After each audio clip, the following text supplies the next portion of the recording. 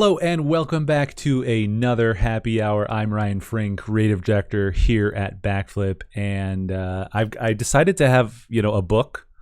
I don't have a bookshelf behind me to show how well read I am, so I have a book to show the awesomeness that I'm reading right now. Rhythm of War by Brandon Sanderson. Actually, I'm only one page in. Our guest today has actually read the whole thing. Started talking about spoilers the other day, but that just shows you a little bit more about my character. I am creative director here at Backflip. John, the other creative director, usually joins me, but he had a critical meeting with a client scheduled, and he was not aware of that until this morning. So that he's working on that now for our clients, which is great. Actually for some live stream work for a live stream conference. So very looking forward to what comes out of that. But that's not why you're here. You're here to talk to our guest, who you just heard cough. She's actually sitting in my office at the studio. Let me go ahead and bring her up. We've got Carolyn Averill here today. How's it going, Carolyn? Heyo. So good to take over your office. I know you can't really see from this shot, but you are in my office. And it's totally legit. You can touch all my stuff. You're a part of our COVID bubble, a part of our bubble family or whatever. So show off all the things in your office that you don't normally show off. All the junk. Yeah, I had to apologize because I was like, we had a shoot the past 2 days for our Christmas video. I don't know if anybody saw my post-apocalyptic face paint yesterday. That's a little hint of what we're doing. But there's just crap all over my office right now. So Carolyn probably had to like climb over mounds of costume and props and things to get in there. Things. I kind of push things. That's about it. Nice. That'll work as long as it's in the same area. Yeah. Monica might actually swing by. She's out and about. She might swing by to pick up my AirPods, just to be aware. Good special times. Guest.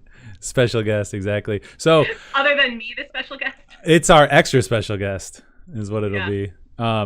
So for those who don't know you, can you first share your drink and then give me a little intro about who you are and what you do? Yes. So I'm drinking some Cider Farm Equinox cider today.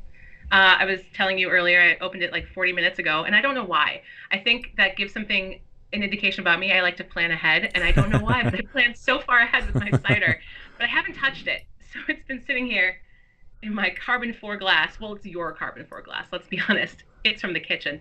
So that's what I'm drinking today. It's a great local cider, cidery. I don't know how you say that.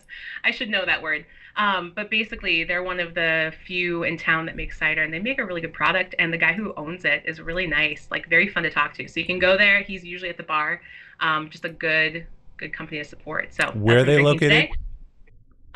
Brennan's on the west side. Okay. They have kind of the front area in that Brennan's near Adler's Pub. That whole little section that's kind of tucked away in there. Mm-hmm. So that's where they are. And when it's nice outside, they actually have a really cool open garage door effect. So you're sitting at the bar, but you have this whole back area that's open. So one of the last really nice warm nights, your wife and I went there. And so it was really nice to go and just enjoy the summer-y kind of weather, even though it was so late in the game. And the reason we were there is because I was asking him for a donation for my event. So that's the long story about my drink. Oh, that's awesome. Yeah. In terms of who I am, so I'm the advancement director at St. Ambrose Academy. It is a school on the west side that is a 6 through 12 classical Catholic school. So classical, there are a lot of, I didn't know what that was for a very long time. Mm-hmm. Very different than the education most of us receive, but really looking at a lot of primary sources and the Socratic method, and just digging into bigger questions and not being afraid to kind of give a lot of content to kids, and building. There are a lot of building blocks. So you give the same kind of content over and over, and you adapt it to the students and their skill level, where they're at developmentally. And it's just a really great place. So we have 111 students this year. Even with COVID things, there was some, back and forth and up and down, people just trying to figure out what's best for their family and for their kids. And so that's kind of where we're at this year. We're at 2 sites because of COVID. So we were able to open live in person, which is really great. And we are doing a lot of things, just trying to get more students to be able to benefit from this really great education. So that's kind of what the live event is about, our virtual event. Raising money for tuition support, which is a really key part of our school, making sure that any family who wants this for their children, they're able to come to the school. And so if they're not able to afford it on their own, especially a lot of our families have a lot of kids. And so the more kids you have, the more expenses add up. And we're able to thankfully supply that for our families because of the generosity of benefactors. So that's part of my job, is reaching out to those benefactors, building that community, getting the word about the school, in terms of enrollment and things like that. So that's what I do. And so we're talking specifically about the gala coming up this next Saturday, not tomorrow, but a week from tomorrow. And usually it's an in-person, it's a huge event, 600 plus people. It's just a really wonderful time that I know I look forward to every year. But we can't do that this year. Exactly. You know, it's interesting when people, especially in the spring, when people were getting a little more hopeful about warmer weather and how that might affect the virus and everything, people would ask me if we were planning on having the event. And I was like, nope, not going to plan an event of that size with so many uncertainties. And I'm really glad that I had that kind of intuition. I mean, I'm not tooting my own horn. It's kind of, I think, pretty obvious, you know, where this was going this year in terms of being able to have large events. No matter what happened with the virus, it just would not have been a reasonable thing to do. And so we adapted, and it was really born from the quarantine, the idea of what could we do, what are some different options. And at that time, no one was really doing events yet. Everyone was still kind of readjusting and pivoting and figuring out what they were doing. So I didn't have any examples to go off of. It was really just us and our creativity and figuring out who are we and what can we do, basically. Yeah, that was a fun part of it too. And I don't know what direction all this came in. I don't remember if you were just like, hey, we're thinking of doing this live. What are you guys doing? Because at Backflip, we've done live, we've done conferences, we've done little events and things like that. But we're kind of getting into a new realm of programming where it's more interactive, and you have to arrive or set aside a time and attend it instead of just passively watching it. So do you remember how that came about? You probably do. My conversation with you? Yeah. I mean, the whole backstory for those who want to know, on the internet, recorded live forever, is that we had created a pod early on before the quarantine even happened. And so we had heard about that idea of like a cocoon, and so have that group of people and then don't see anyone other than those people. And now there are cons to that if people actually don't abide by that. We were, though. So you, me, and Monica, it ended up just being us, really. We were the pod. And so we were playing a game, for those who are listening, called King's Dilemma. It's a legacy board game. And that was where the inspiration for this event actually came from, in terms of making it interactive. Because I wanted to make sure that this event would be something that would be appealing for people to want to participate in. And if it was just a passive viewing experience, I didn't think that would be very compelling for anyone to want to watch. Mostly because by the time that this event was rolling around, we would be so deep into Zoom events and different kinds of things like that I just thought it would be white noise. So I asked you, I still remember you were sitting on your couch. I was like, what would it take? Like, what are we talking about here budget-wise? Because I had no idea what the scope would be. But I figured this is my only shot. This is my best shot at making an event that's interesting and compelling and interactive. And I have the perfect person in front of me to ask about this, that I was, cocooning with during the quarantine and like the spring and summer and whatnot. So you were working on the event for the Crane Foundation, the International Crane Foundation. That's right. And like you were literally working on it when you were on the couch with your laptop. And so you were describing to me what you were doing for them. And then I asked you to basically put together kind of an initial proposal of what we could be doing. So that probably came in maybe May, June. Yeah, you mentioned King's Dilemma, and I do remember that, and remember now kind of talking about it around there. That was a really good game. That was a fun game. It was such a good game. Yeah, I remember And it was those. like the perfect quarantine game. Like, Yes. what's our new? Oh my gosh. You flip over a card and it's like your choices have led to famine and, disease. So you lose this or whatever happens. And we're like, oh my gosh, is this a little too close to home? Right, right. Or there were the ones where you kind of start to become a bit of a tyrant, where it's going to have this negative effect on the people, but you're going to get a lot of gold and power, and you're like, yeah, thank you. Yeah. Yeah. Who The won world that is game? falling apart, I don't and I am the remember. problem. Do you remember who What won was that? that? Shut up. I can't, my memories. So Shut they tried to gang up on me. Monica and Carolyn tried to gang up on me, but I outwitted their final move. Call the game. You have no loyalty. You can switch sides at any Hey, time. you got to Game take your time. wins where you can. Um, Mm-hmm. so yeah, we were putting together the ICF Gala, which was a huge hit. I know they surpassed their goals, and we're very pleased and surprised by it. They have a national and international audience, which is very helpful for this type of thing. So yeah, let's maybe get into that a little bit. Normally, you have 600 people in a space. You can make asks. You have kind of fundraising things going on. What's the difference now that we're turning to virtual? Now that you don't have somebody in the room? Yeah. I think it helps and maybe it hurts in different ways. And so there are pros and cons to anything. And I think understanding who you are as an organization and what your goals are, what your strengths are, that you want to play to those.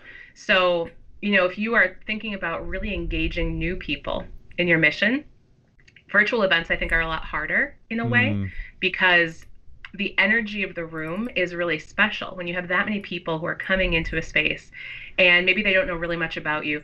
And you were talking about the Crane Foundation. So they are an international organization, and it's, I think, more of a universal appeal in a lot of ways. hmm If you like the environment, you like animals, you like birds, whatever it might be, you can have anyone from anywhere being interested in those kinds of things. hmm For us, we're a Catholic school, we're a classical school, we're a 6 through 12 school on the west side of Madison, Wisconsin. hmm That's a much more niche kind of demographic that you're talking about. It's still broad. There can still be a lot of people who are very interested in that mission.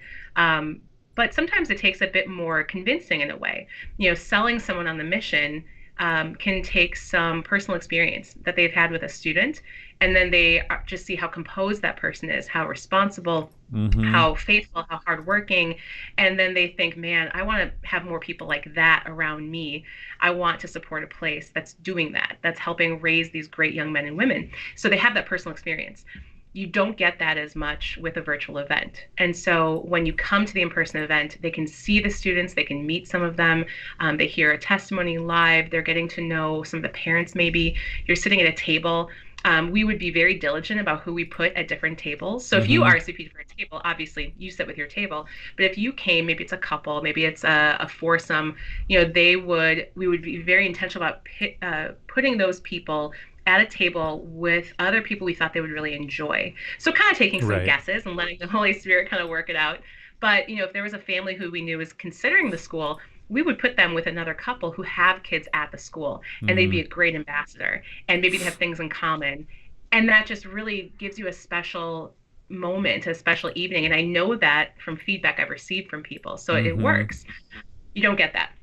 So in terms of reaching out to a lot of new people, it's different. Now, pro, you can also reach more people in a sense, because Yeah. maybe the idea of coming to downtown Madison in the wintertime, maybe there's snow, parking, or whatever. If you're unfamiliar with the area, sometimes that can be a deterrent for hmm people.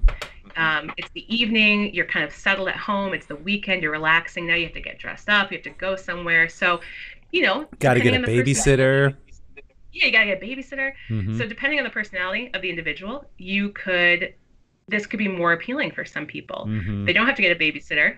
They can put their kids to bed, or their kids can be downstairs, hanging out, playing games, whatever.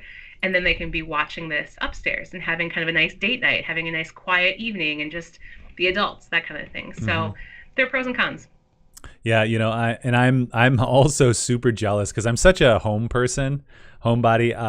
What would I call myself? You're an extroverted introvert. Yes, you know me well. I'm an So you extroverted say. an extroverted introvert because like given a chance to recharge, I want to be alone. I want to be, quiet. I want to be doing my own thing. Yeah. But when I get out somewhere, I go for it, I'm going to be there. So, turning events to all this virtual stuff, in one sense, I've loved. In the other sense of not being out of the house and around people more, that sucks. But just being able to be like, yeah, what time are we hanging out? 7:00. All right. I guess I'll put some pants on, or I'll put a different sweater on because this looks like trash. And like I did today, I had a graphic tee on, and I was like, I'm a little cold, but maybe I'll put a sweater on just to look a little bit nicer. And you just roll up in whatever you're wearing in your quarantine best is one of the terms. So, I resonate with that. But I know there are challenges too, because when you have a big in-person event and you do make it an annual thing, well, then that function and form becomes that thing that you look forward to. And when it's not that, I know I talked to some other young couples, some friends of ours, and they're like, yeah, I don't know if I want to go if it's virtual. And, being part of the crew putting it together, I was like, well, have you seen any of the content? Do you know what it is? And they're like, no, but I just don't know if I want to do an event virtual like that. Which is totally fair. Like you said, we're so over Zoom meetings and things like that. But how do we do this in a unique way? So we shared with them the content, and like later that night, they were literally like, oh my gosh, this sounds amazing. We're in. And that's, I think, what makes the difference is the things that we're doing to make it awesome. Well, and that was part of the whole project from the beginning that I pitched to you was if we don't have videos to show people what we're planning, this is dead in the water because people are going to assume a lot of things. And that's fair because what they know is Zoom, Skype, things where you're watching a bunch of talking heads, kind of like today. So what do we know? That's what we know. And what we were proposing is something that was more interactive and that was a bit different. And that really, at the end of the day, you make your own. I have no idea what your party is going to be like. And so I can provide you all sorts of things to create the experience of the party. But do you want to start at 3 p.m.? Great. Do you want to get together starting at 7 p.m., an hour before our program starts? Fantastic. So you can really do what you will with it. You can make it a whole day activity with your family. I don't know. The possibilities are endless. So I think if people see the videos, then they can see the difference. And we got great feedback about the videos. I get emails or texts, or people would see me, wherever, and they would just tell me that they were very fun, they were very creative, very outside the box, and I was like, yes, that's what we were going for. Thank you. Yeah. I'm really glad you had that reaction. But if someone doesn't watch the video because they have a preconceived notion of what an online event is, I don't know really how I can overcome that. How can I, do something if you don't watch the video or read some of the text? Because I would always use the word live, interactive. I was trying to get that point across so that you would watch the video, and then you would see the difference. And then maybe you decide to not do it still, but you would know what we were doing.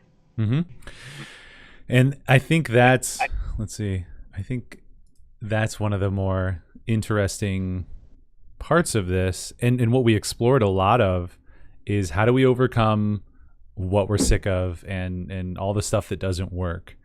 And I think that's a good way to problem solve even a live event. If okay, we've been doing this for 10 or 12 years. Totally. How do we make it interesting this year, and how do we continue to make it interesting next year? But in this case, we kind of had the run of things in that there's not a lot of people doing these in a lot of different ways, because I'm attending all the things that I can just to still be a part of the organizations and programming that I was doing before things got locked down and quantities of people that can gather reduced.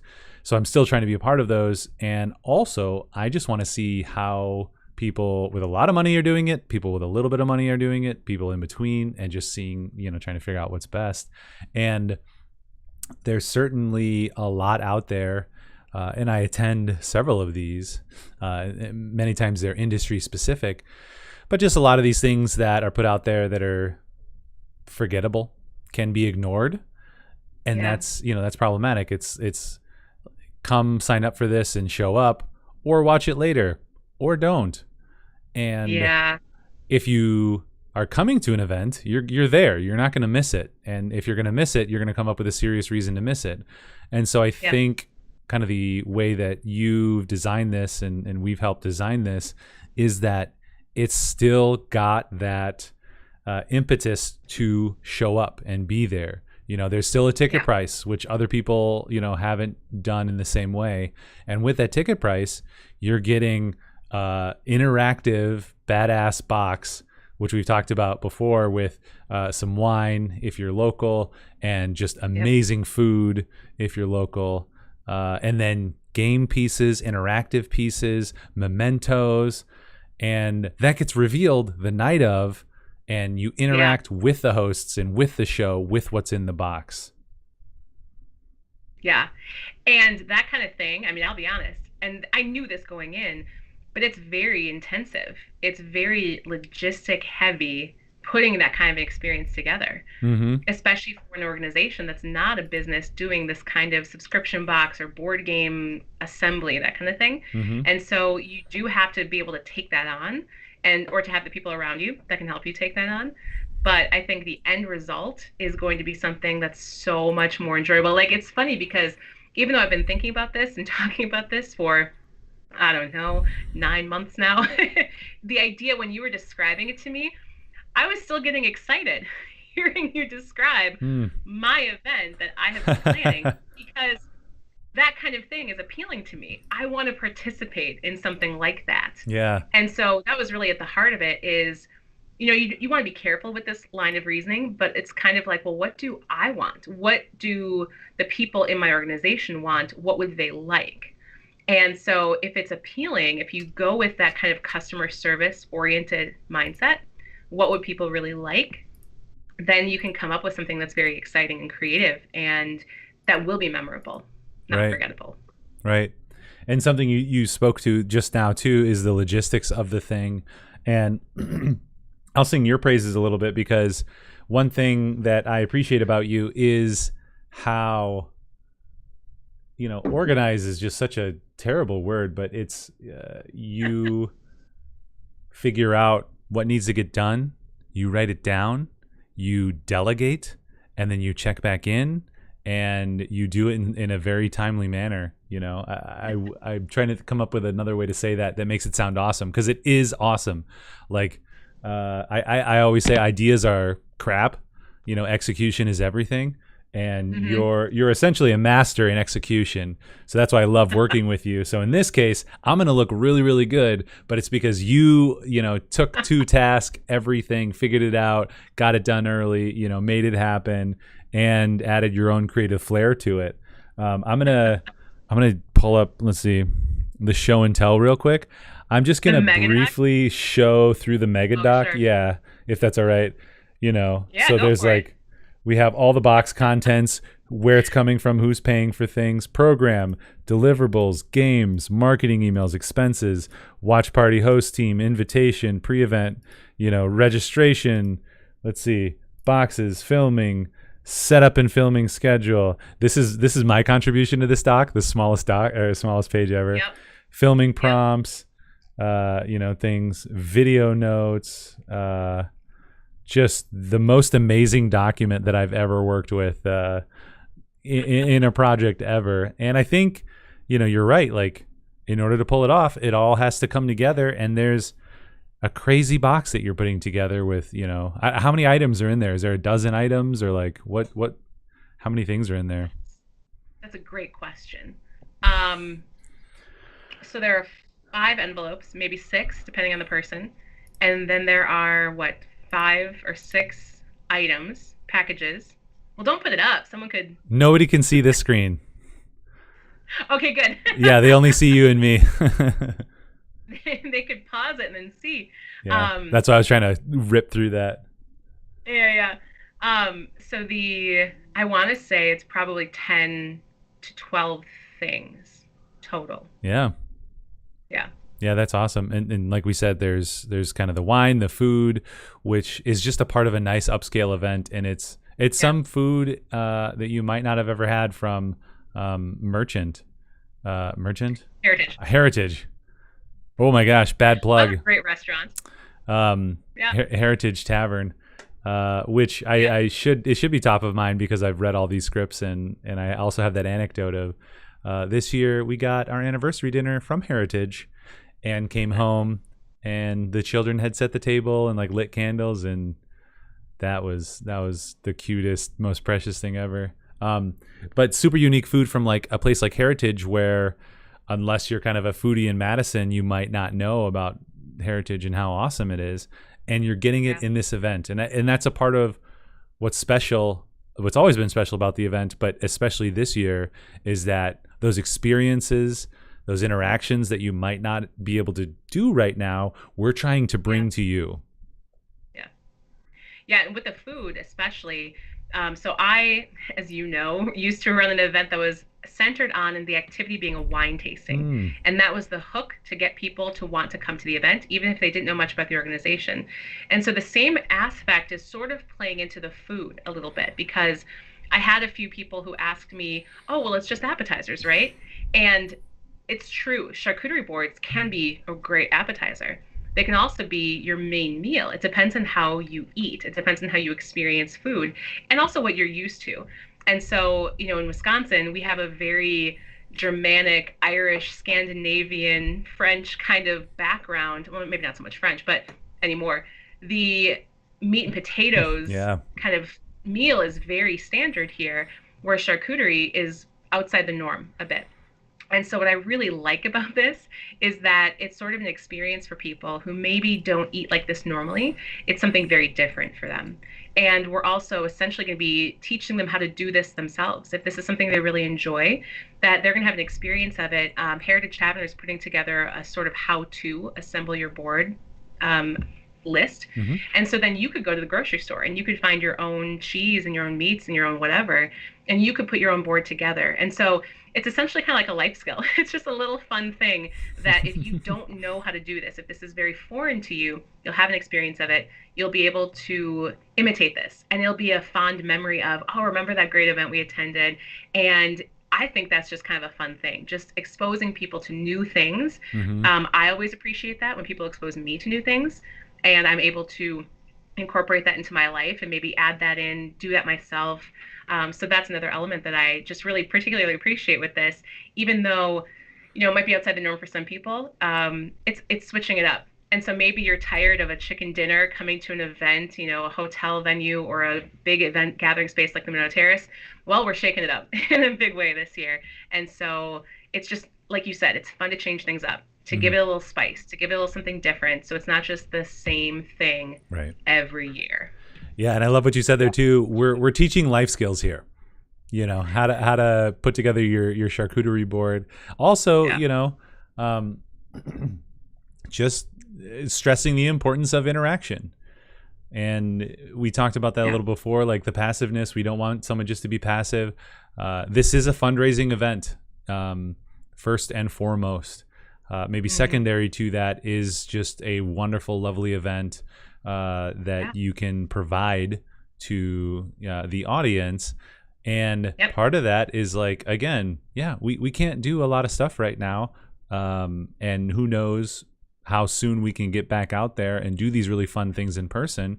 We're doing a lot of crappy things online, like these Zoom meetings and some of this stuff just sucks. So let's make it exceptional. Let's give people an awesome evening while they're at home and encourage them and inspire them with the mission. Yeah. Get them all the feel goods so that when the mission message comes across, it really resonates and builds up, and Hmm. then you can fundraise, because again, that's our primary goal here, but it's Yeah. supported by all the secondary and third goal, tertiary goals. Hmm. Yeah. I think I very much approach things from the aspect of hospitality too. And I remember very early on realizing that not everyone thinks about that kind of thing. but I really do naturally. It's something that I really enjoy. Is I always really liked throwing parties when I was a kid, and especially when it was thundering, like a really strong thunderstorm, because you couldn't go outside anymore, right? Mm. And I always wanted to throw a party when it was raining because it was an activity. It was something to do, and I'm sure my mom was like, "Oh my gosh, just make some popcorn, just go over there and do This whatever." is yeah, this is like But Carolyn origins. This explains so much. it's the origin story, I know, right? Yeah. But the idea of party planning, it's, I think, hospitality in particular, is thinking about your guest and the experience of your guest and how they feel when they walk into the space. And that's hard because I don't have a space for you to walk into. And so that's what I Oh was trying to yeah. do is give you everything you need in the party box to create your party. And Mm-hmm. hopefully you have a good, strong sense of the experience that I was trying to create for you and that you feel loved. I mean, I think that's really what it comes down to. Someone once mentioned that to me. Oh, this was, I don't know, like 10 years ago now. And I was still working at St. Paul's. And so there were a lot of college girls that I knew. And, when you're a college student, you don't really have a lot of food, you don't have a lot of money. It's just like basic, bare bones, whatever. Hmm. And I invited all these girls over to our apartment, the roommate I was living with, and we had this lovely spread of things. I had all these really great dishes that I'd gotten as Christmas presents, like really basic kind of crate and barrel white plates, but they're nice looking. And one of the girls said to me how special she felt. Like it Hmm. was so fancy, it was so elegant, it was so like thoughtful.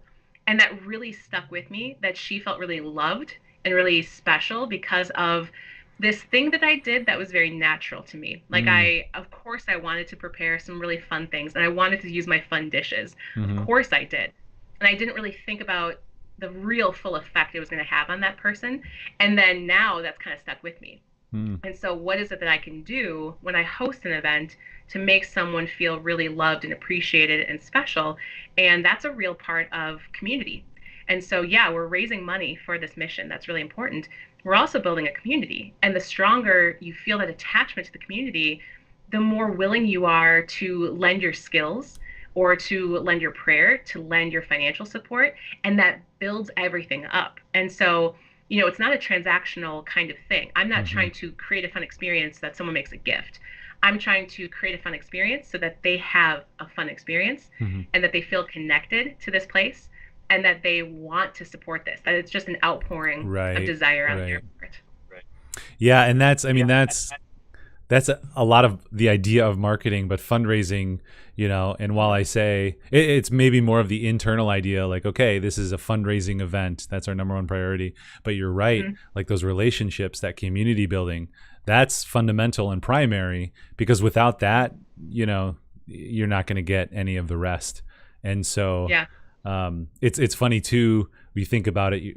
We create stuff that we want to have or do. And I don't know if I said it on here before we went live. I was like, I'm like jealous because I really want to just watch and participate. I'm very fortunate that we get to help out producing it, and we will be producing it, live for the 45 minutes or whatever. And I think that'll be a blast. But part of me is also a little bit jealous of the people who just get to, roll up in their pajamas or their quarantine Right. vest, as we call it, Right. office mullet, business up top, party down below, no pants, whatever, Exactly. and play the game. Yeah. Well, and Monica said that too, that she was like, I mean, I'm so happy to help, but I kind of wish I could just have a party of my own and just enjoy Yeah. this. And I was like, yeah, but it literally wouldn't be happening without you and Ryan. So Hmm. there would be no party to Well, be thank had. There you. would be no event. Yeah, it's true. I mean, you guys were the ones who helped me playtest this whole idea. And I ran things past you. I ran things past a lot of people, Hmm. got a lot of different feedback from different demographics of people because I didn't want it to just be things that we like or things that Hmm. we thought sounded fun. But that's the thing is yeah, it would be fun to have this kind of an event to enjoy. I mean, I hope someone else does events like these because I Hmm. just want to attend it. I want to come and just have no preparation needed and I can just show up and attend one as well. So maybe more people can start doing this or maybe the world goes back to how it was and we can have in-person events again. Yeah. And a mix. I mean, I would love to do Or mix. something, that's a mix as well, because I think the benefit of this is we're getting technologically capable such that we can reach more, Yeah. get our message out further. Likewise with this, yeah, let's have the in person for the people that can be in person, but then let's reach, the other 6.999 billion who can't show Yeah. up because you could just show up online. So that's Yeah. my hope. Yeah, and we do have a long distance option for people because we have a lot of supporters who are Mm-hmm. outside of the Madison, Wisconsin area. And so I have 16 of I call them the party pass. So the long distance party pass, 16 of those are going out early next week, which is really great that these people wanted to still support and participate in this, even though they're in Colorado or Maryland or Mm-hmm. wherever. So you have that option. But I think also what I'm experiencing, not with this event, but with our faculty lecture series, is the reach that you get. So just a simple Facebook ad can compound how many people can see your video. And they're not going to be all playthroughs, but there are a shocking number of playthroughs that I've experienced from that kind of thing. So, Mm-hmm. who would come to the event, sorry, to the school, to this event, 50 people, 30 people, depending on what it is, maybe more. But they might be restricted by children or activities or whatever it might be in a normal Mm-hmm. setting. And now they just, again, roll up on their couch and they watch this tour or they watch this faculty member give a presentation. And so we had, I think, what was it, 3,000 views on one of those lectures, which is fantastic because it's giving people an awareness of who we are. Our faculty are a huge selling point. They're Mm-hmm. amazing. And so if you hear one of them talking, you are compelled to want to know more. And you think, man, those students, they really have it good having a teacher like that. I wish I had a teacher like that kind of thing. So you're able to really benefit from that. And, it's a free event. So we're doing that and we're doing this. And they're very different kinds of events Mm-hmm. and they have very different purposes. Yeah. And that's a good point too. The different things that you can do to interact and reach out to the community. Like you said, you have this speaker series, which can have potentially a wider breadth as well, because it is, it has that passive aspect if people choose to, but you're doing it with Mm-hmm. regularity. So, people can tune in and save, mark their calendar and expect Exactly. more and more coming, which is fantastic. But Yeah. yeah, let's maybe talk more specifics. What kind of specifics do you want to share or talk about? Because I think that's interesting. Yep. I brought some props. I brought some things that are around me on your desk. So, when we were talking about this, the idea was whenever I came on here, what was it? Like, it was the week before we filmed all that pre filming. And so I only had concepts at that point. And now we're a week away from the event and we have things. We have a lot of things. So, Mm-hmm. a little spoiler alert for anyone who might watch this before the event happens, who's attending the event. So, the party box, we keep referring to this party box. So, this is our box. It's very simple on the outside, actually. We have an ear flap closure. I haven't seen We any have, of this, by the way, and I yeah, love how big it is. Like that looks huge. gigantic. It's really big. So you have some very like kind of logistical areas. I'm trying to get in the camera. So what kind of wine, what kind of beverages in there, some notes, the name of the person, just some branding on the other side here. You got the logo. The front is kind of fun and cheeky. Like you bring the people, we bring the party. I'm like trying to line it up with my camera. This is terrible. Yeah, that's awesome. So that's the outside. It's very simple. And I think what we were going for mostly is that people don't really know what to expect with this event. They think Zoom events. And so what can we give to people? Kind of a surprise. So that when you see the outside, okay, great, it's fun. Mm-hmm. That's a big box. There must be some fun stuff in there. And then you see the inside, and then it's gonna be full of all these different things, and there's a lot of color. So it's a very high contrast inside here. So we have this very apt and hilarious scripture quote on the inside. So it says, "Let the faithful rejoice in their glory, cry out for joy on their couches." And that's what people will be doing, literally. So,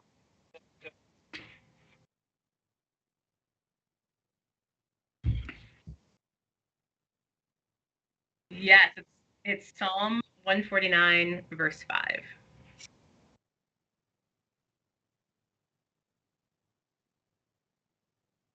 Yeah, I think it was the New Standard Revised Catholic Edition. I'm pretty sure that's what we used. Yeah. So you have this. I mean, My goal Oops. with this See there? quote is that I was was muted that myself for a second because somebody's like thumping upstairs, but you could still hear me. Sorry, people at home. I can't be the one to text you if it happens. Yeah, you can't text me. I need help. Send help. Right? Yeah, so it's Psalm 149, verse 5. So that's the box. It is a 13.5 by 9.5 by 5-inch box. It is a Yes. massive box. I think And that'll we get the had job to done. measure that. What's that? I said I think that'll get the job done. Oh yeah, exactly. But it's like barely big enough. And so, you pay by the square inch essentially. And so you don't want to have a box that's gigantic just because.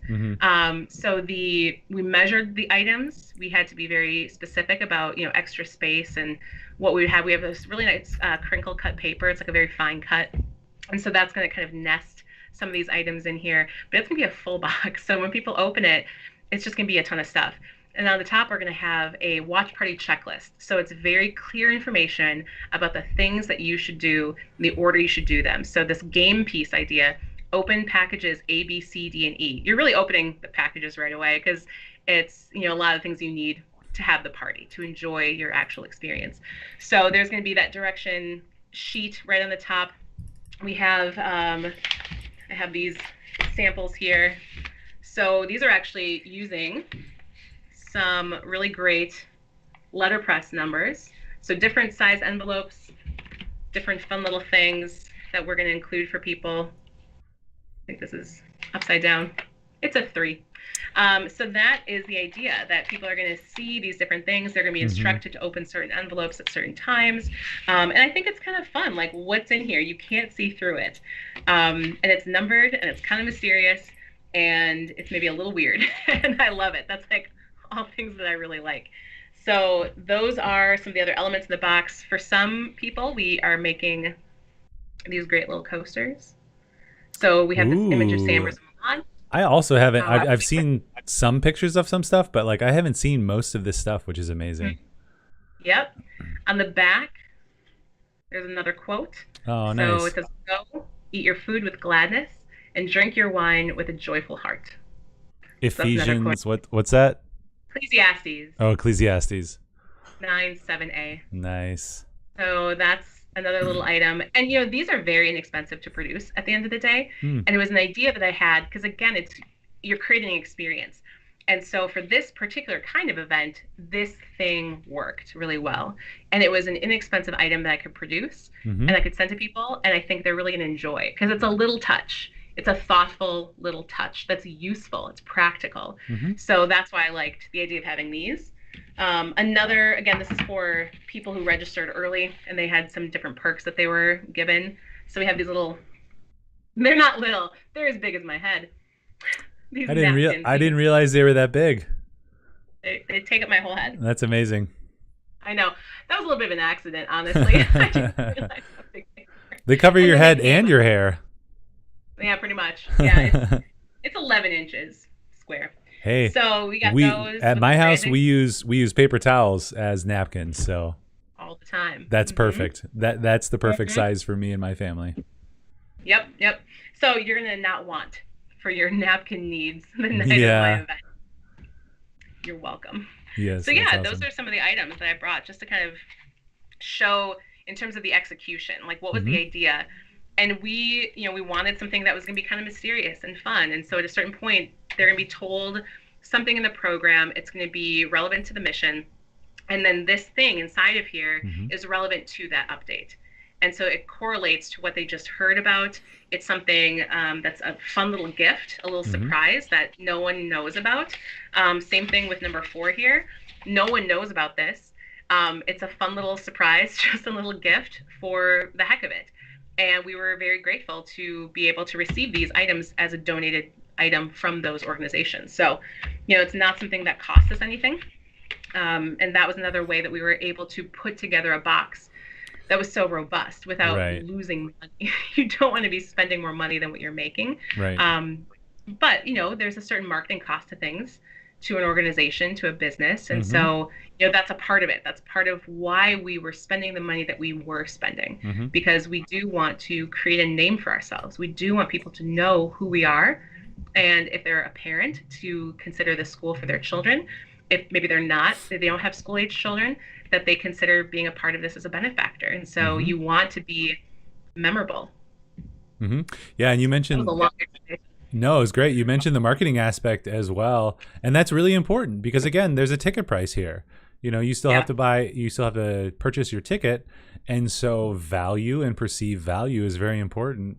And like you said, it would not be possible without all the generous donations of Hmm. the people who support the event as well Yep. as support the box and provided things that could go in the box because you're getting just a huge value out of there, which is Yeah, great exactly. because then you don't have to spend that actual cost and you can get Mhm. way more value to your audience because Yeah. in these trying times now Hmm. more than ever, we think about this stuff like, do I really need Amazon, Hulu, Netflix, Disney Plus, HBO Max, Fubu, Bubba? I don't know. Fubu's a Boo boo. Fubu is a clothing brand. Fubo is a Yep. TV programming network. Yep. But yeah, that's really important in the marketing of it as well. So, kind of to that point, like, where are you at? Like, how are you feeling with the numbers? Thinking about last year, thinking about this year, like, Yeah. what's your target and how are you feeling about that? Yeah. Well, RSVPs closed yesterday. So that is done, really. Now, I am waiting on one person to send in their order. Um, you know, that's fine. Like to a certain degree, quote unquote, late RSVPs are not problematic. And I kind of build that into my event too. I think Mm-hmm. most people who plan events sort of build that idea in where I had the deadline be Thursday and not Friday for a reason, because then Friday I can still take those requests and I can accommodate them. Mm-hmm. So it's a little bit of psychology that you're playing here. Um, but what's really interesting to me is that early on I had to pre-order a lot of things, and so we had to make guesses. And it's Mm-hmm. really hard to make a guess about an event in these trying times, at this unprecedented moment. And Now more so than ever. now more than ever, I had to really think about really hard how much I wanted to buy. Because, for example, we're including wine glasses. That's not a Mm-hmm. surprise. We've been advertising that all the live long day. And so it's actual real wine glasses, stemless wine glasses. It has the event logo on one side, it has the sponsor logo on the other side, and it's a satin etch. So it's very subtle. It's not weird and garish. It's exactly like that. That's a different glass that I made for a This is different another event that I. glass that, yeah, for our Yep. good friend Father Vincent that you made. I. These are the best. Like, it's such a silly thing, but like an etched Yep. glass from an event you were at. Like, I must be old because I freaking love it. I love to use them and I love to just it helps you remember. So that's one of those fun Exactly. things in there that I'm super Exactly. excited about. And that also is a very inexpensive option. I mean, I think it's really shocking to people sometimes when they learn how inexpensive those can be Yeah. and how memorable they can be for people. How much like our glasses, etched glasses? Well, that one was, if I remember correctly, maybe like 150, 175 per glass. $1.75? Yeah, yeah. That's So think nuts. about the value. Think about how much I you know. love it. Think about how much you use it. Think Also, about I'm how just much you buying glasses remember. like this in the store for at least $5 a glass. Right, right, exactly. So the wine glasses that I got for this event are very inexpensive. And it's going to be something that it's useful to people. It's a stemless wine glass, so you could use it for really anything. And people will remember the event and they're going to remember, hopefully, the idea is how much fun that was and how Mm-hmm. it was nice to have something to look forward to in 2020 when everything else was really canceled, that we had this great evening, we supported St. Ambrose Academy, and they're going to remember that. They're going to have it in front of them, every day when they have their juice or their milk or whatever. So it's a very inexpensive option. Same with those coasters. Like, this is a very inexpensive thing, and it's going to be fun for people, I think. Oh yeah. So yeah, to your point, the sorry, I forgot your point. I'm like thinking of too many things about the ticket orders. So where Yeah, are we? yeah. Yeah, Numbers so that's and where I'm how, starting. yeah. I had to order so many things so early. Mm-hmm. And that's one downside to running an event like this, is that we don't just have this stock of these kinds of items. We had to order them special for this event. And That's one thing that if someone's going to have an event like this, they really have to think about is what could they offer, what's not going to break the bank, what's going to be realistic for them, and maybe what are some alternatives. We went a very custom route with some of these things. We didn't have to go that Hmm. route, but I was able to figure it out in a way, especially with sponsors, that it wasn't going to lose us money and it Hmm. wasn't going to be a detriment. So way back when I had to order two of the surprise things, which I won't mention, they were being locally produced here in Madison, and I had to give them an order early so that we could get them to produce it and that we could package enough of them in advance. And I said, how about 200? So that would be 400 people, one per box. Hmm. And I thought that's a safe number. I feel good about that number. Last year we had 600 people attend the event. The year before we had 550. And so I think 400 is a good place to start, and then we can always make a second order. So we had that system in place. We knew, both of us were like, great, this is comfortable, this is good for us. Um, Last week, or this past Tuesday, I had to call them and say, okay, I think we need a little bit more, because right now we are at, literally right now, we are at 404. Oh, So it's nice. very interesting to me how very on target I was when I was thinking, what's a safe, comfortable number? What's a realistic number given everything going on? I don't think we're going to hit 600. I would love to. I think it's possible, but it would take a lot to hit 600. Again, possible, but I don't know. And so, what am I going to plan for? I'm not going to plan for 600 because I don't want to waste money. I'm going to plan for 400, and then we can always make a second order. And now it just turns out that we're at basically that number. So, that's, again, a good number. That's a solid event. That's a Hmm. large event. It's less than what we normally have. And so, on the one hand, there's a little part of me that's like, oh man, I wish more people would attend the event because I want them to have a good experience. I want them to be a part of this community. But there are a lot of mitigating factors going on. And so maybe they don't have the funds this year. Maybe it just wasn't as compelling for them because they're not going to have that big event, that reunion feel, all these people that they love seeing. Who knows what the situation is? So I'm very, very happy where we're at with this event because of all the uncertainty of 2020. I think it's a Hmm. great turnout. And awkward pause while I try to click the right button. Um, Yep. yeah, that's the thing that, aside from all the other challenges, to me causes the most anxiety of like, okay, how do we figure out logistically how to pre-produce something when we're ordering all these Mm-hmm. boxes when we don't know how many people are going to be coming, and that's pretty impressive, how accurate you've been with that. You know, certainly some providence there, probably, in Mm-hmm. order to continue to further the mission. But um, that's one of those things where I don't get the budget strings because I'm like, yeah, let's plan for 700. Let's plan for 700 and then we'll do something with the rest if we have it, which is not always the most prudent, in many cases, No.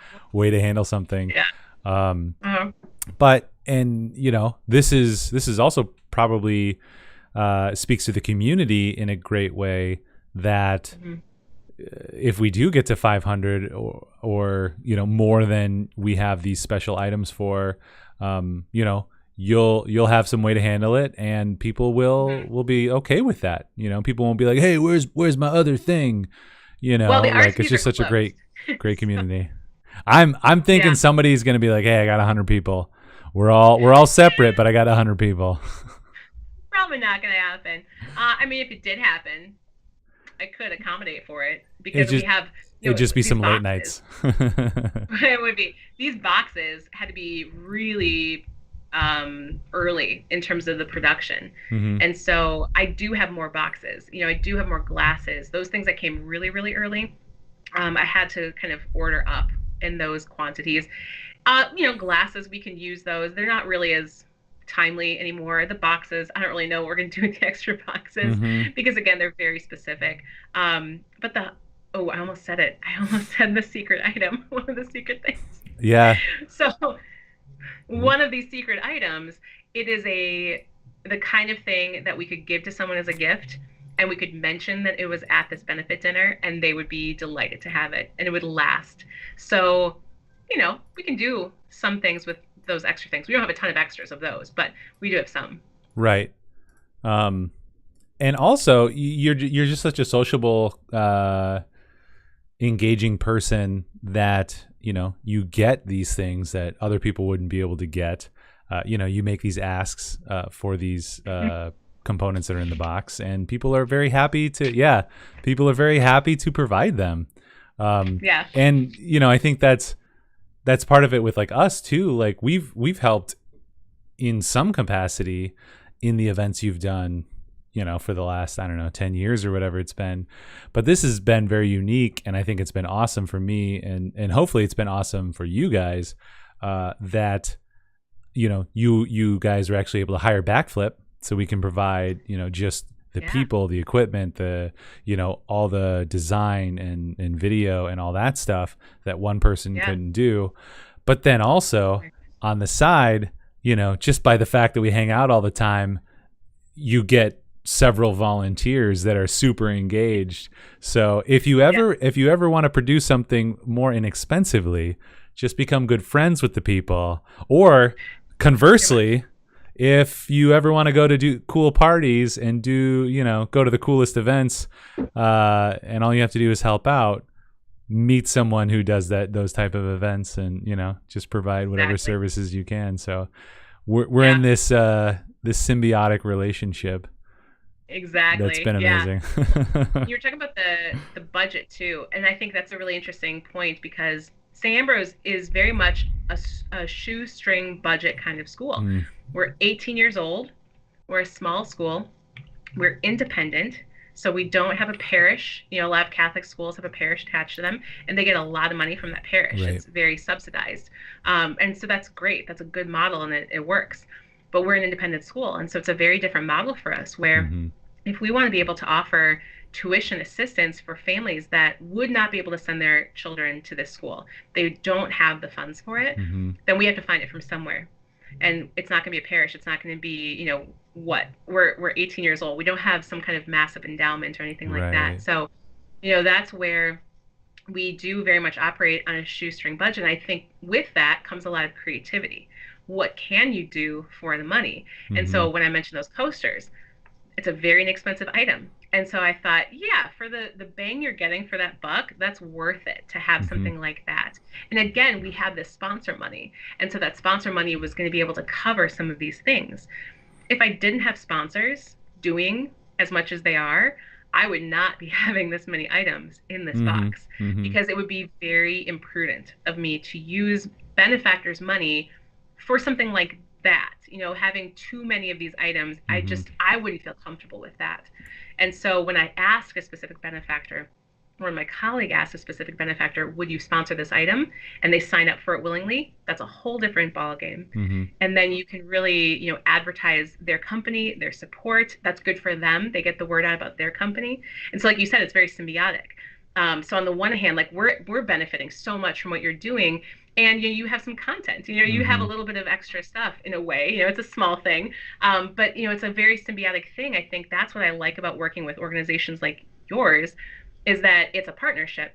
It's not just a transaction, and it's not just I'm trying to like give you deadlines and get some work back, and okay, thanks so much, but that I want your feedback. Which, to be clear, we are doing that. You are doing that.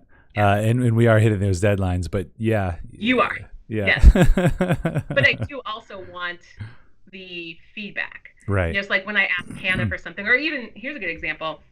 Hannah and I were talking about, well, what am I going to do and what is she going to do? Because part of it is I do have some of those skills. I can do some of that work, and then that frees her up to do other things that I can't do. But then there were a couple things where I thought, hey, I'm just not quite getting this. Like, I think you could make it so much more awesome. Here's the basic content. Could you just kind of like do something to it? And so she had what she needed, and she just kind of gave it a little pizzazz, and then she sent it back to me. And that was fantastic. So, that's what I mean in terms of like the partnership aspect of it. Like, she didn't have to do that. Right. I had said I would do it, but she was willing to help me with that, and it made it so much better because of it. Right. Well, and I'm glad you kind of brought up that idea of partnership. That's one of our spiels. Choose a partner, not a price.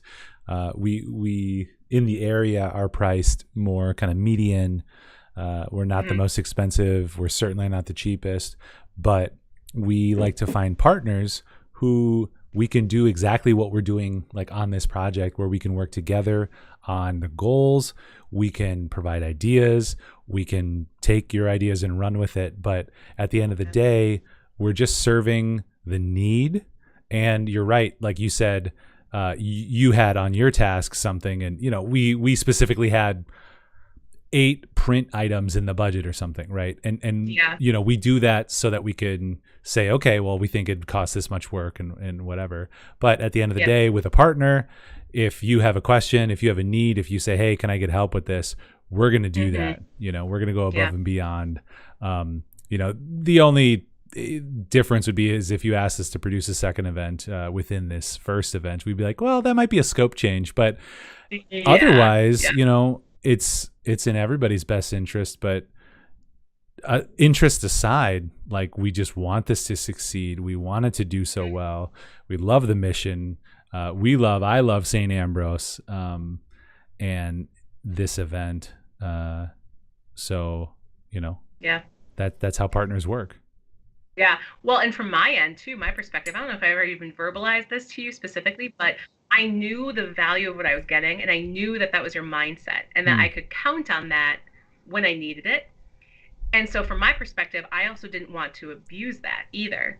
And so then there were things like, I remember when we were pre-planning the filming day, that we had talked about, okay, well, here's some things that we could maybe do. And I sent you a Word, like a PDF, mood board of different things, like that night. I went onto Amazon and to like Party City and any website I could think of. And I thought of all these different things. And I remember you being like, oh yeah, that's great. Okay. Because you weren't expecting that. Yeah. But my perspective was, okay, I have a vision for this. I should do it. Like, I'm not going to rely on them to do this. Like, I like this kind of thing. I'm equipped to do it. I have a vision for it. I'm going to help them out here, you know, and do that. And then they don't have to. They can worry about the details that, again, I can't do. I'm not equipped to do. And so what are the things that I can do to make this as smooth as possible for you? Because then I'm going to get your best work as well. So that's how I was thinking about it. Oh my gosh. And you know, creatives are the worst, and that's why we always have to have really smart people around us who can manage us and be our minders. But you know, you're an interesting case as well, because you're very creative, but you're probably more organized than you are creative. And I hate that word organized. Like, you're just more driven. I don't know. You're more entrepreneurial than you are creative. You certainly are creative, but that aspect of like, okay, we had this conversation and boom, you immediately went and did some of that and sent that over. You know, creatives probably more often than not are prone to be like, okay, we're going to talk again in a week. I've got, you know, 3 more days and then I'll start working on it. You're a doer. You're an achiever. You're like, I'm hot on it. I'm going to do it and get it out there, and I can move on to something else, which I admire and I desire in myself. So that's been fun. You know, you ask me about something and I'm like, oh yeah, I've been working on it, but I was planning on, you know, several days from now, but I'll do it right now because, you know, you're right. Let's get it done. Yeah. Well, and for the, you know, that specific filming day, it was more a matter of timeline, because we planned, we had a meeting on Wednesday and the filming was happening on the following Tuesday. Right. So it was also a matter of timeline. I mean, yes, you're correct. I would normally be very eager to get that kind of thing done, but it was a factor of what can I get shipped here in 2 days so that we have it all on time. Yeah. Well, yeah, and yeah, instead of us trying to get things shipped from Friday, you know, that's the big difference, which was very helpful because you got so much in, and I think our set's going to be more grand than all the promotions, but you got much of the stuff, you know, a lot of the stuff in, and you know, what I want to do with the new set or the updated one is just make it bigger, make it a little more grand. We can have 2 setups because we're going to have some other people in studio talking. But that's where my mind's going. And it's been fantastic as well. I'm super excited because next week this week's been insane with our Christmas video, and then just I have another 30 scripts that I'm writing or so, and recording VO for. So I've been trying to get through all that. But next week we had a shoot planned for a couple days. Now that's pushed the following week. So I'm just jumping in on Monday and going to try to get everything done as early as possible. Not because well, in an ideal world, everything gets done as early as possible. But because I think we can just get that extra 10% or that extra 7%, by getting things done early and then talking about it, looking at it. Like, we're setting up on Thursday. We're doing a run through Friday morning. We've got plenty of time Friday afternoon, all of Saturday if we need to change anything. So I know you're super busy towards the end of the week. So that's also been on my mind as well. Like, now that we move that setup and shoot, that just hopefully can relieve a little bit of your stress, because your Friday's insane. So much. Yeah. Well, and that's, again, going back to logistics of the event, and this might be an interesting, if you want to look at the photos that I had sent to you, if people are interested in seeing another organization's method of doing something like this, because it's like they were on the same wavelength. They didn't do the gamification and the interaction that we have, but just a similar, let's make this event special type of ideal. Yeah, and give people an experience. Yeah. And theirs is a bit more streamlined, which makes it easier for them to fulfill. And so that's a good thing.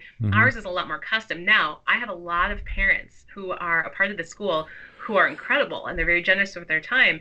And that's why we're able to do this, because we have this army of parents who are going to help me put this box together. And so all of, I did some of these. I'm not on the screen anymore. So I did some of the. You're just very tiny. Envelopes. You're just very tiny on the side, right up here. Tiny. Yeah. So the envelopes, I was just doing those just because I was watching a TV show and I was doing it. But for the most part, someone else needs to help me produce. And I said to someone else, it's like the Ford factory in the early 1900s. I'm going to give one assignment to one person. They're going to do that 200 times. And then another person's going to get a different assignment. Yeah. And so we are going to be putting this massive thing together. And this example on the screen is from a Grace, which is here in Madison, a Grace hospice. And it was sent to me by our campaign co-chair, who is, I don't know exactly how she's a part of the organization, actually. I didn't ask her. But she had shown me their invitations when they were coming out and just kind of sending me these little alerts about what they were doing. And so they have this really nice box. It's a white box that is not custom. So again, that's easier. It's easier to get and to buy. And then they created a custom sticker for the top of the box, so to brand their event, which is nice. On the inside, you have the Potter's crackers, some quince and apple jam, some cheese, and I'm not really sure what all of those other things are exactly, but you have a nice array of items in here. And so you could create, bar essentially, yoga what we're doing right is here. a DIY cheese board. So, that experience is really good. I like that it's interactive. There it is, yeah. So they created that custom sticker, put it on the middle of the box, the butterfly Gala. I'm sorry, I was doing technical things. You said a Grace. What's a Grace hospice? A Grace hospice. Okay. I don't know if they rebranded. I don't know why it's just a Grace. I know it as a Grace hospice. Yeah. But that's what it is.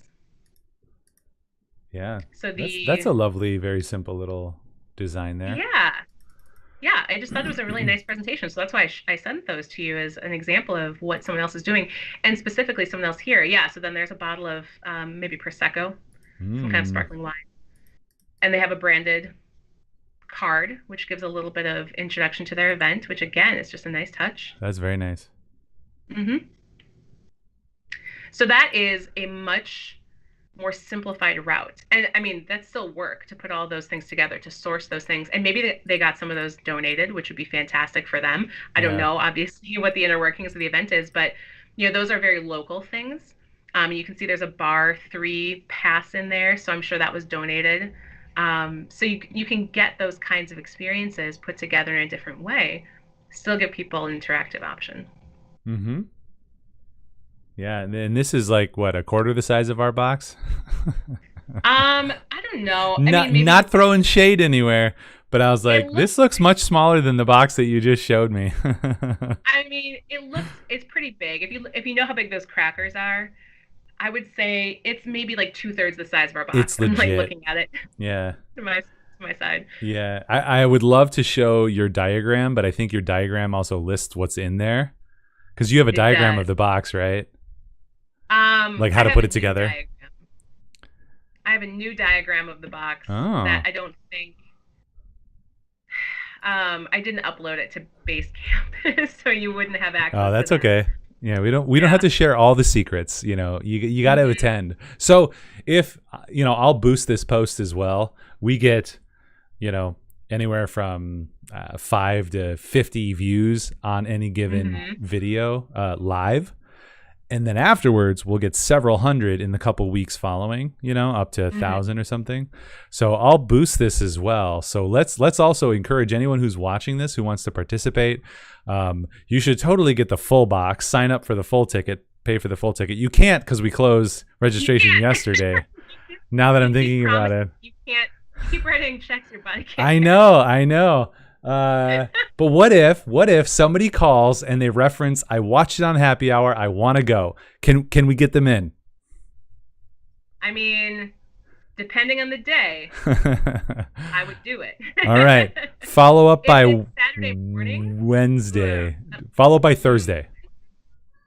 Thursday? All right. If you follow up by Thursday, this is a check our butt can cash. Sign up, come to the event. Definitely do the full box for 2 people. 150. $150. That's another thing. Like, how do you talk about? You could just watch it if you wanted to, or you could also just have extra people. Obviously it's a huge, it's a fundraising event. We trust Hmm. that everyone has the best intentions in mind, and someone's not going to be like, okay, 20 of my friends, let's all cheat Yeah. the system. Because I mean, Yeah. even if 20 other people came, maybe they'll donate, right? Hmm. But that's a thing too. Like, hey, if you want to buy a box and invite an extra friend or two over, that's okay, right? Yeah. Yeah. Yeah, it's hard. There's kind of a balancing act. I'm dropping the box. There's too much on your Ah! desk. It's empty. It's a cardboard box. I'm also sending you a link because I uploaded the box content, so you could do it. Hmm. Because I anonymized it for the sake of the volunteers because I didn't want to give all the surprises away. Oh, that's amazing. So I did actually anonymize it. So I think this link will work, the one I just sent you, but Okay. it's in Basecamp now. Yeah, it's a hard balance because I wanted people to fully participate because I knew that that would be the most enjoyable option because it'd be very immersive and you would have all the different things.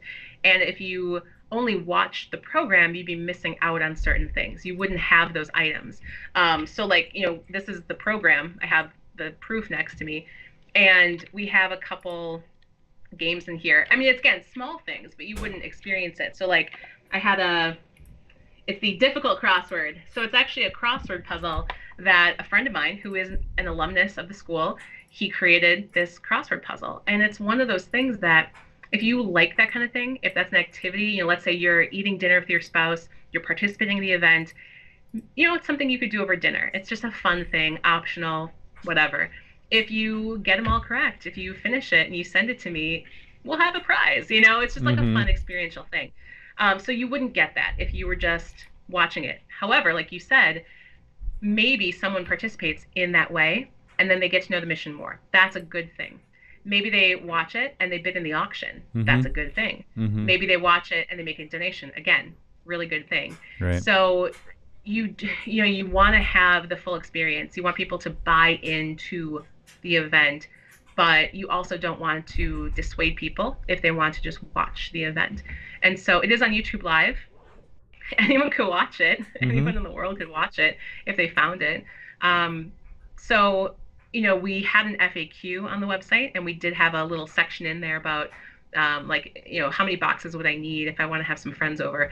This is all like before the order and whatnot, but Yeah. what would I do? Would I have to buy boxes? And so we did have a response to that, that you would get the best experience, the most immersive experience, if you buy a box for every two people. And we just kind of left it like that. So you Yeah. could infer that you don't have to buy the boxes, Right. but we still want to encourage you to buy the box. Right. Also, and you mentioned that too. Anyone who's not in Dane County, you mentioned the order, which was, I don't know, released like a week or so ago. 2 weeks ago. Yeah, maybe 2 weeks ago, that said no mass gatherings. And then somebody from the health department came out to try to clarify that that meant no one in your home. But Yeah. that's not in the order, and you're somewhere else, that you're totally fine. But, we do want to encourage everyone to be safe, but this is going to be an amazing event. I did pull up the diagram over here on our, what is it? It's my left, but it's our right. Right. This is my left hand, but that's right. That's right on screen. Yep. So it's so funny too. Like, I feel like you got the inspiration from the case that I got for the game Gloomhaven, which has, this is how you add everything, put everything in the box. They've got, there's so many components to it to go into the box. Yeah. When I saw this, what the other version, or maybe it was this version, I was like, oh my gosh, that looks exactly like the Gloomhaven game. Yeah, it's box. not. It was not at all. It was more practical for me because this is when I was measuring the box. And so what are the items? Mm-hmm. What are the dimensions of the items? And you don't see that anymore because I took that out. I don't need that anymore. But what were the dimensions? And then how big do I need the box to be? So that's really where that started. And now this version is for the volunteers, so that I can, at the time we're ready to put everything into the boxes, I can give that to someone and they have a checklist and they know, and I don't have to, if they forget, because they haven't been thinking about this for months. So I wanted to give them something that they could keep as a resource, and then they wouldn't have to ask me, because I'll be, managing a lot of other things and talking to a lot of other people. So that's why I made this, was really to help the volunteers. Mm-hmm. No, it's fantastic. And again, just kind of gets to the level of detail in that you could have just shown up and had an example box and been like, okay, everyone do this. But, you took the time. And when was this? Let's see, when was this uploaded? Oh, December just now. 4th, recently. Oh, okay. You did it before this. Yeah, you made it, well, because you had to, did you order the boxes back then? Is that when you made it to figure this out? Or was this the original one? Oh, yeah. I made that a month and a half ago. Yeah. So just being on top of it. Mm-hmm. Well, I mean, it's also kind of self-serving, because otherwise I'd order a box that would be too small. Yeah. And then I'd be in a really hard situation. It's practical. Yeah. So it's having that foresight to know what you need. Let's see, what am I? I'm like 80% creative, 20% the other. I don't know. Organized, logical. I love to be organized, and despite being I'm the type of creative when I have a huge creative task that I would love to be doing. I'm gonna clean up my desk and reorganize everything and redo, kind of my organization on things. But where was I going with that? Just the idea. Yeah. All of that is the theme of this episode. Being organized ahead of time, but that just allows for greater freedom in your creativity in many cases. So, one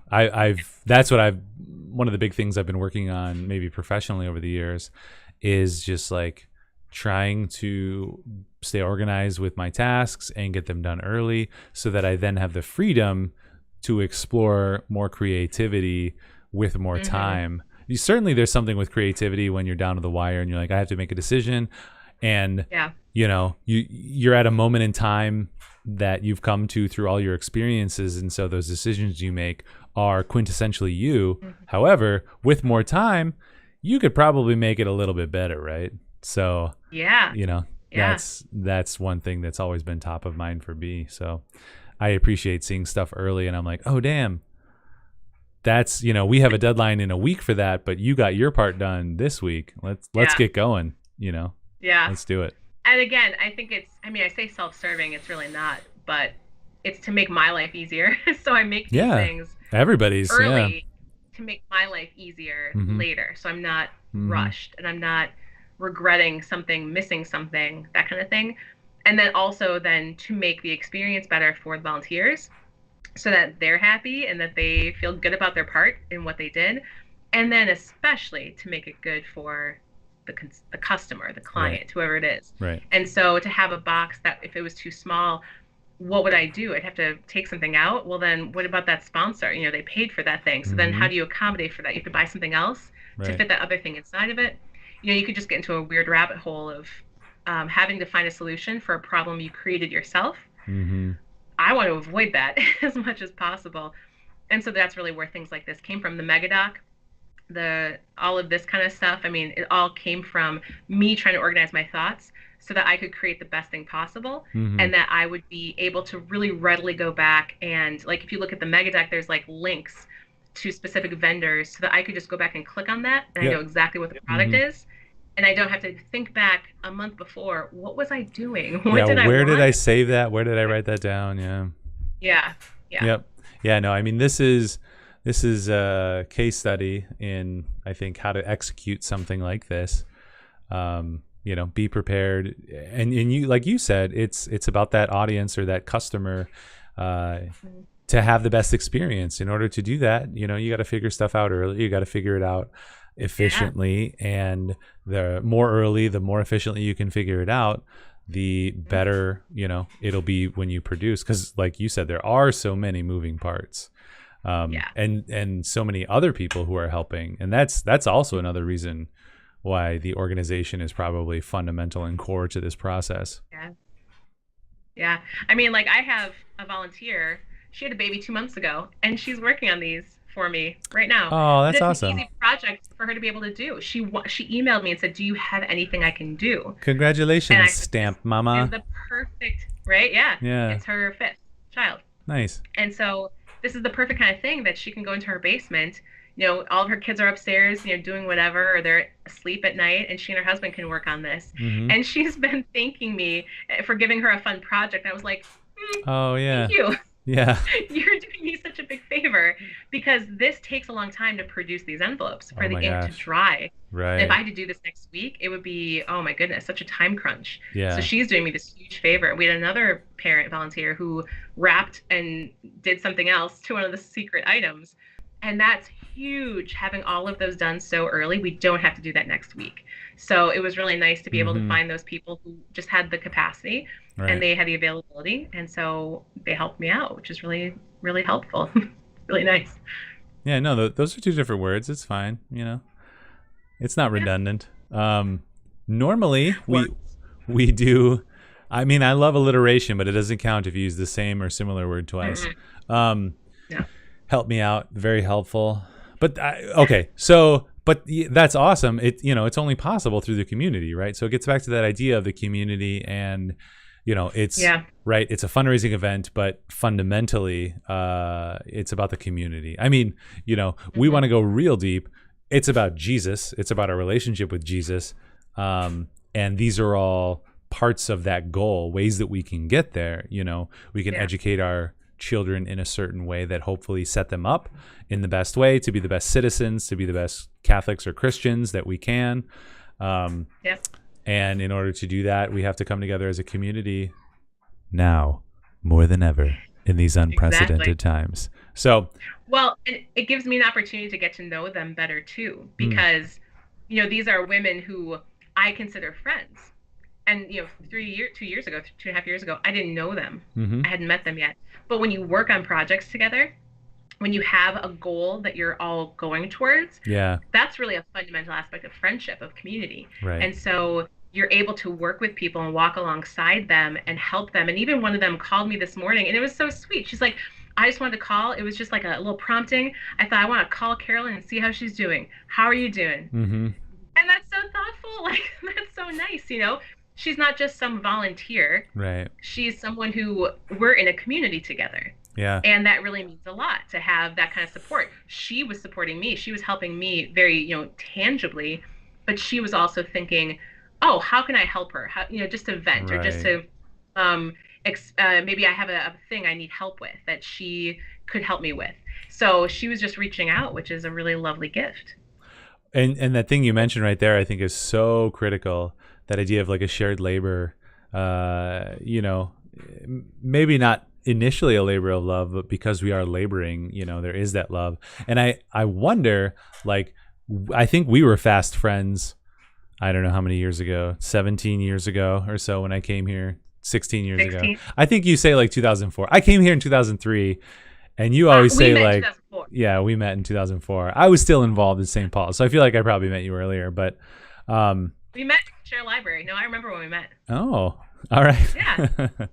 I don't remember. Yes, you don't. Much of the last 20 years. You know, just about the last week or two is what I remember. But you know, we were fast friends because I think we're just similar in a lot of things. But now over the intervening 16 years, we've worked a lot together. We've labored together. And I think that's been fundamental in our relationship because I think like, you know, my friends who are my best friends or my, you know, my most dear friends are those who I regularly do things with or serve with. And it's just a, you know, it's just a part of that process. Like we could just be acquaintances and talk and say, hey, but the fact that we labor together, that we work together, we get to see the realness of each other. You know, we get to see the real Carolyn and the real Ryan, and we get to share something that we're building together, and that certainly forms stronger community, which is kind of a theme that we're talking about here, is building up that community. And when we can build up that community, we can fundraise, we can find a building, you know, we can get a new location. We can do that when we can build the community in the right way. Well, it brings out the best in people. That's really what it comes down to. Mm-hmm. Is that when sometimes it takes another person to identify in you something that is really an asset. You might take it for granted, like that idea of hospitality. That was something I took for granted that I just really liked, setting a nice place setting for people and having good food and whatever the case might be. And then I understood the result of that, how people interpreted that in such a positive, meaningful way. And so that was pointed out to me. Mm-hmm. And then I'm able to take that and build off of it. And so you are able to really join forces and bring out the best in one another. And that's really how good things happen. And so that's like a core element of fundraising, of development, is that, again, I said before, it's not transactional. And when people approach fundraising from a transactional viewpoint, it makes me angry because it's reductionist, and it's so much like seeing someone as a wallet, and that is like so antithetical to Christianity first and foremost, but it's also just like, that's just garbage. You know, you don't have to be a Christian to understand that that's not a good thing. Mm-hmm. And so I think what happens, and I've seen this, when you call someone into a relationship with an organization, you are selling them on a mission. They sometimes get more out of it than what they give. And that's from their perspective. And it's really kind of stunning to hear when someone's handing you a check for many thousands of dollars and they thank you as they're handing you a check. I've literally had this happen to me, and it's very humbling and very like, you're welcome, but thank you. As you're like taking this gift.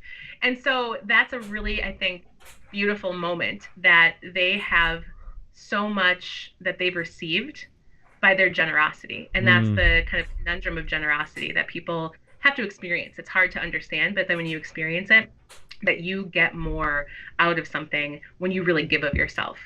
And so that's the core element of development and fundraising and community, is that we're calling people into this and they're going to give of themselves, and we hope that they are filled up and that they're overflowing from what they've received. Yeah.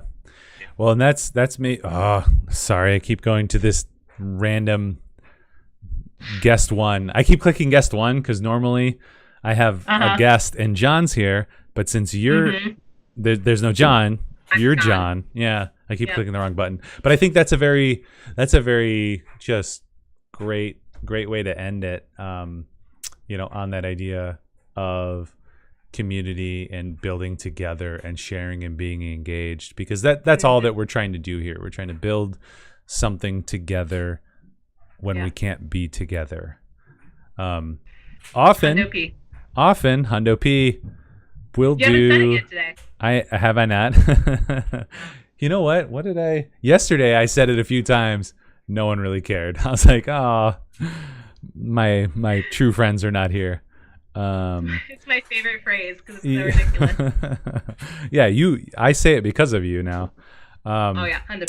It's about a 140, which is longer than we normally go. So normally we would play Two Truths and a Lie, but we will not today, just because I want to respect our somewhat soft hour and a half time.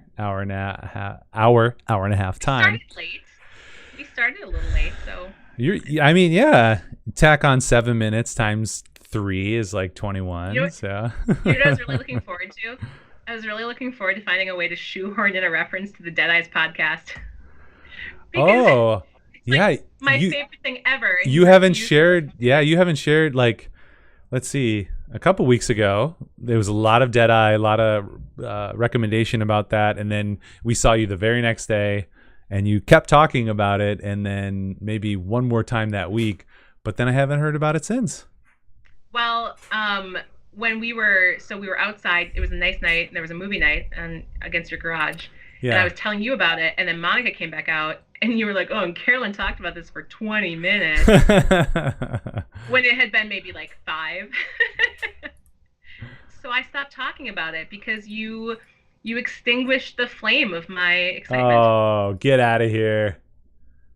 What were we watching? That was probably important. Mandalorian. Yeah, well, there you go. It was the Mandalorian episode when they were repping Carbon 4 on the one guy's shirt. That's right. Oh my gosh. Yeah, so next time you watch Mandalorian, it's been there twice, hasn't it? Like on that one guy's shirt, and then there was maybe a sign above a door or something. Yeah. Somebody else, one of the other kids saw it as well. Yeah, so check out Dead Eyes with Connor Ratliff, where he describes his acting career, where Tom Cruise in a movie one time said, "Get that guy out of here. He's got dead eyes." Which, as a premise of a podcast, is just front door nuts. Like, I love it. I love creatives. Yes. It's amazing. And that's why I love it, because it is absolutely insane to make a podcast off of something that happened 20 years ago that total probably took 3 hours for him to get there, have the meeting, get back home. And he's been kind of like stewing on it, but he doesn't do it in a petty way. It's very funny because he's a comedian. Yeah. And you have all these great actors. He brings all these really interesting other people in. And the relatability of it is that they've all experienced weird, disappointing, hurtful moments. And even though they're actors, and that's not our gig, we're not actors. We haven't gone to Hollywood and like the whatever, like grindstone that is. But you all have moments where something happened. It was pivotal. It was hurtful. It made you reassess. And so that's what I find so fascinating about this podcast. It's like very hyper specific and weird, but it's very relatable and it's funny. That's the thing I appreciate about it the most. It does have the explicit rating, just for anyone out there who's maybe watching. Maybe, I mean, they're not like super explicit, but there are little moments where they might, drop an F-bomb or something, just as a warning if there are children who are in the vicinity. But I think it's hilarious. And this is coming from someone who does not listen to podcasts regularly, because I just find them boring usually. Yeah. It's hard for me to get into them. Unlike Brandon Sanderson, the book you have behind you, which I'm so well read. Easy to oh my goodness. You're really minimizing my book read here by saying how easy it is. But it is super accessible. You should definitely check this out on Amazon, or check out your local bookseller. Start with The Way of Kings, the first in this series. Mm-hmm. Dude, it looks big because it's a wide angle, but it is big. Like, look at how big that is. That's like, how many? 700, 1,000, 1,200 pages? Yeah. Yep. 1,230 pages. It's so worthwhile. And that's why it's like, you have so much. He gives you so much that you spend the money and you get to just like live in this world. That's really, really fun and very philosophical and theological and personal. It's, it's not just like a fantasy book. It's very real. Right. Well, and that's the best fantasy and the best, here, let's cut back to us. The best fantasy, the best sci-fi, the best fiction tells you more about yourself or your world, or helps you think about yourself and your world in a different way. versus your nonfiction stuff. And I probably need to just investigate this philosophically, but my most favorite writers, Hondo P, there you go, are Brandon Sanderson and Orson Scott Card. Yep. Two Mormon dudes. Yeah. Two Mormon dudes who can write sci-fi fantasy. I mean, there's a little sci-fi fantasy in that Mormon faith, but they seem like amazing dudes who write just amazing sci-fi, amazing fantasy. And Orson Scott Card writes amazing Catholic characters. Mind blown. If you have a question about this and you watch this, text me, email me. I will tell you, I will give you the lowdown just on the way that Scott Card writes. Orson, I don't know how to refer to him, but two favorite authors. Check them out. Yeah. We definitely should probably wrap up. I'm sure we'll just continue this conversation. For allowing me to talk about Deadeyes. No, we'll continue this conversation in like a half an hour, I'm sure. Yeah. I might start listening to it. I've got so many podcasts. It's kind of hard. Everything else is meaningless. I don't know how to wrap it. maybe like, and I take your recommendations, highly above all others. With podcasts, I just have so much that I'm listening to. Maybe if you listen to another one, and then you could provide me like more feedback on like, oh yeah, okay, it's kind of more like this. Like, I don't know. I'll add it to the list. I'll add it to the list, and I'll try to listen to it. That's what I'll throw out there. Give me some recommendations. I can do that. Hello from the Magic Tavern is absolutely insane, but kind of interesting. And then I listened to I don't know his name. I just picture it. Trent Horn, Catholic Answers. Yeah. He's fantastic. He's like us. Super irreverent, but he's a Catholic apologist, so he's super fun. The ID10T or Nerdist podcast, Chris Hardwick, he's kind of fun. He interviews people, so those are kind of some of the major ones I listen to now. I listen to some weird improv ones as well, which I can't even remember the names of, like Midnight. Okay. Or Jeff has one called Midnight Sleuth, which is fun, but there's another one that's something about a town in midnight. Like, I've gotten about 5 episodes in and I don't get it, but I'm still listening to it for some reason. So many. I'll send them over. It's hard. There's not enough time in the day, or like you would be avoiding other things if you took the time in the day. Right. Like working on there was a Gala. a true crime podcast, and zombies run The Way of All Flesh. I had a great chat with James H. at Audible last week, and he gave me those 2 recommendations. Oh. And I gave him Deadeyes. Yeah. That sounds fantastic. Yeah, so I saved them. I haven't started listening to them, but I will, because in the 16 minutes I was talking to him, I found him to be credible. So. Checks out. We had a great chat. It was great. All right, so we should wrap up here. Anything else you want to share? If we did say that if anybody signs up and mention, or not signs up, but emails you and mentions they saw it on here, we'll get you taken care of, as long as it's by like next Wednesday. Yeah. Wednesday. Mm-hmm. We'll get you taken care of. Absolutely. Yeah. I mean, there's a part of me that's like, oh, I want to accommodate everything and everyone. But you also want to get some sleep and. Yeah. Logistically, there are only so many hours in a day. So that's the kind of hard thing. Is like, I want there to be no deadline, but realistically, there has to be a deadline. Yeah. So that's my little like apology to people. But yeah, Wednesday. Email me. Awesome. Anything else you want to plug or share? Yeah, I mean, that's not Deadeyes. Deadeyes. All Deadeyes. I mean, really, our faculty, our lecture series, the Spotlight series, I think is such a great lineup of things, because these are really great teachers. A lot of them have masters. Most of them really have a master's or a PhD. And when I overhear them, across the hallway, and they're talking about something, sometimes I just kind of stop and I listen. So, if you go to ambroseacademy.org/spotlight, it's actually on Facebook. So if you go to the Facebook page for St. Ambrose, it's under the live videos. And we've done 3 so far this year. We have 3 next semester. The first one was What is Historical Truth? The second one was Contemplation of God in Nature. And the one we had this week actually was The World of the Vikings. And Jeffrey tried something really interesting. He tried doing more of a Socratic interactive dialogue, but it's really hard in a live event on Facebook. So it was a noble effort. And I think even if you listen to it, you'll be able to kind of participate along. So that was a really cool way that he tried doing it. So yeah, I would encourage people to participate in the Spotlight lecture series. I will take all the flack. I'm not a fan. I just clicked the liked button of St. Ambrose. I've been a fan for 12 or 13 years. The first time I filmed there, the first time I learned about St. Ambrose, but I never clicked on the button. But yeah, let's see.